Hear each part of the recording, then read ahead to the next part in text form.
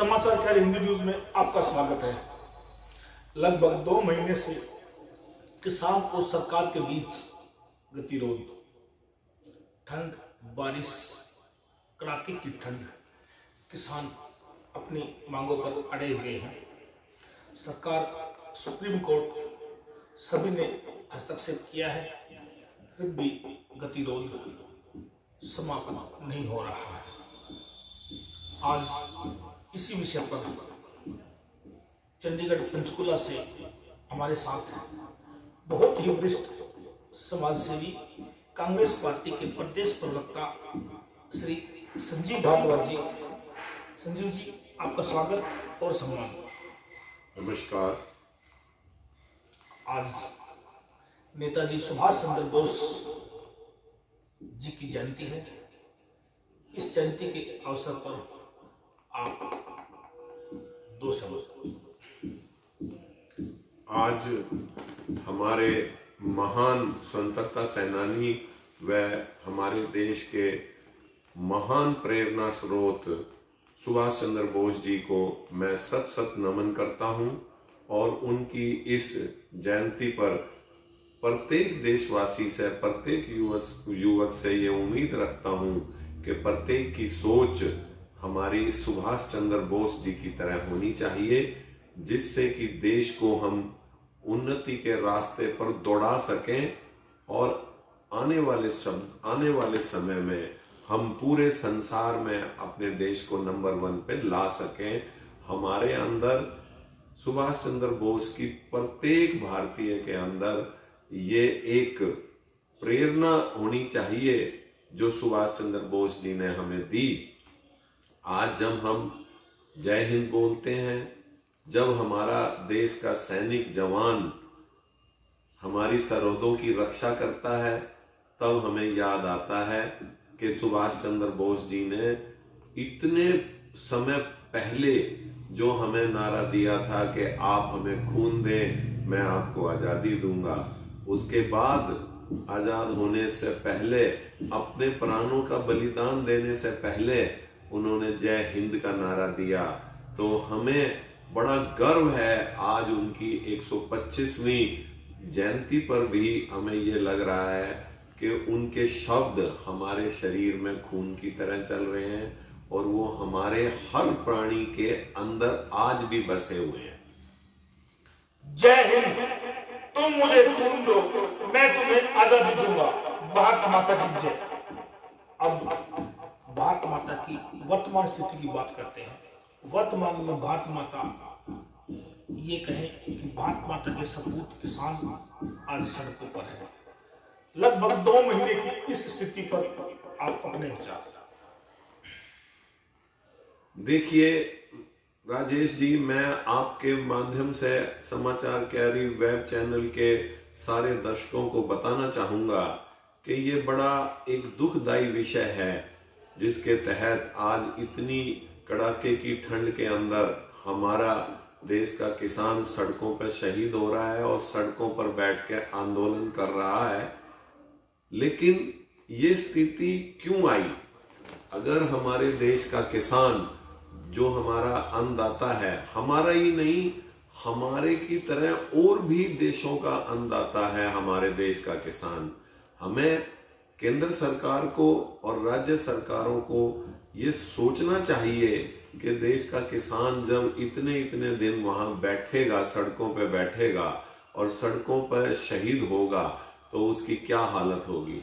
मैंने राजेश जी आपके YouTube channel के माध्यम से, समाचार क्यारी YouTube चैनल के माध्यम से पहले भी देश की, केंद्र की सरकार से और अपनी राज्य सरकार से अपील की थी कि जो लोग भी, जो किसान भी हमारा शहीद हुआ है, हमारे प्रदेश का, हमारे देश का जितने किसान शहीद हुए हैं, उनको, उनके आश्रितों को, प्रत्येक आश्रित को 1 करोड़ रुपए और प्लस उनके प्रत्येक परिवार के एक व्यक्ति को सरकारी नौकरी दी जाए। शायद आपकी बात से भी प्रेरित होकर या सुनकर पंजाब सरकार ने परसों घोषणा की है कि 5 लाख रुपए और 1 नौकरी शहीद परिवार को दी जाएगी।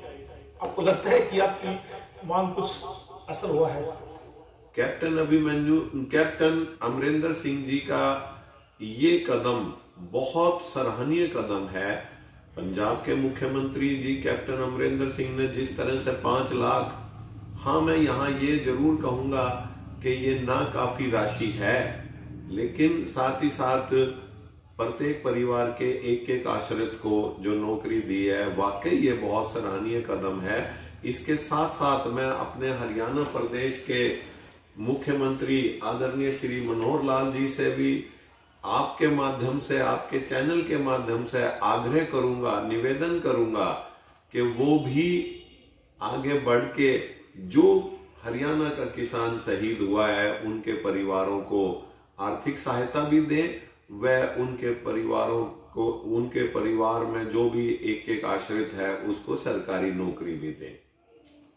हरियाणा प्रदेश कांग्रेस ने भी 2-2 लाख रुपए शहीद परिवारों को देने की घोषणा की है, क्या ये नाकाफी है?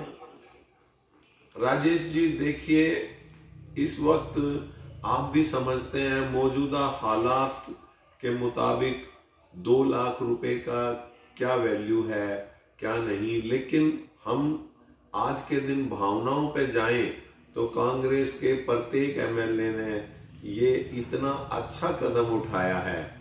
राशि से नहीं, भावनाओं से प्यार को तोला जाता है, चाहे वो इंडिविजुअल की हो, ये यहाँ इंडिविजुअल प्रत्येक व्यक्ति की है। मैं अपील सरकार से कर रहा हूं, उस सरकार से कर रहा हूं जो एक सेकंड के अंदर पूंजीपतियों के 1.5 लाख करोड़ कर्जे माफ कर देती है।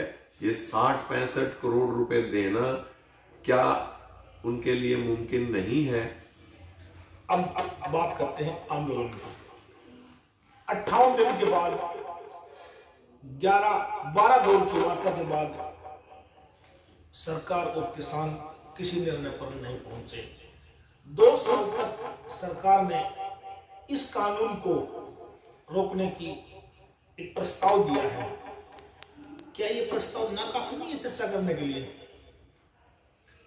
देखिए राजेश जी, मैं अगर इस सारे घटनाक्रम को विस्तार से बताऊं तो काफी वक्त लग जाएगा, लेकिन जहां तक अब उनका, किसानों का इस आंदोलन की इन शर्तों को मानने का मतलब है, ना मानने का मतलब है, वो सिर्फ इस बात से है कि मौजूदा सरकार की पिछली कार्यशैली, जिसकी वजह से हर किसान के अंदर एक डर उत्पन्न हो गया है कि किसी न किसी रास्ते से ये हमारे को बका फुसला के हमारे आंदोलन को खत्म कर देंगे और खत्म करने के बाद हमें कुछ नहीं देंगे। उनका एकमात्र इस वक्त उद्देश्य यही है कि जब 1.5 साल बाद भी खत्म होने हैं तो आज ही क्यों नहीं। तो उनका इस वक्त मेरी अपनी व्यक्तिगत सोच के मुताबिक जो मौजूदा कार्यशैली सरकार की 6 साल के अंदर किसानों ने देखी है, उसके डर के वशीभूत होकर उन्होंने निर्णय लिया है कि नहीं, हमें ये कानून रद्द ही चाहिए, इसके अलावा कुछ नहीं चाहिए। सरकार पर विश्वास नहीं है, इसलिए किसान अटे हुए हैं, आपका मतलब ये है?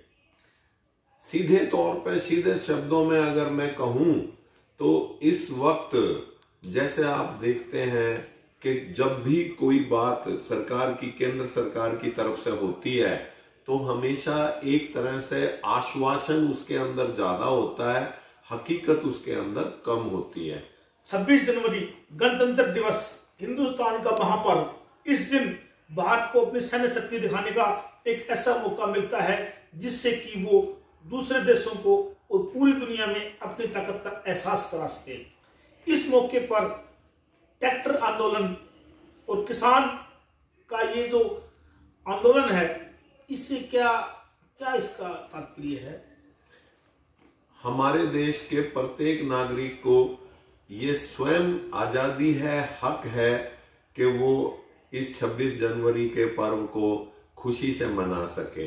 हाँ, इसमें ये देखना बहुत जरूरी है कि कोई भी अशांति का माहौल ना बने, कोई भी दंगा फसाद का माहौल ना बने, गलत शक्तियां उनके साथ उनका सहारा लेके अपने मंसूबों में कामयाब ना हो, ये आश्वासन हमारे हर एक मीडिया चैनल के अंदर किसानों के नेताओं ने दिया है कि ऐसा कुछ नहीं होगा।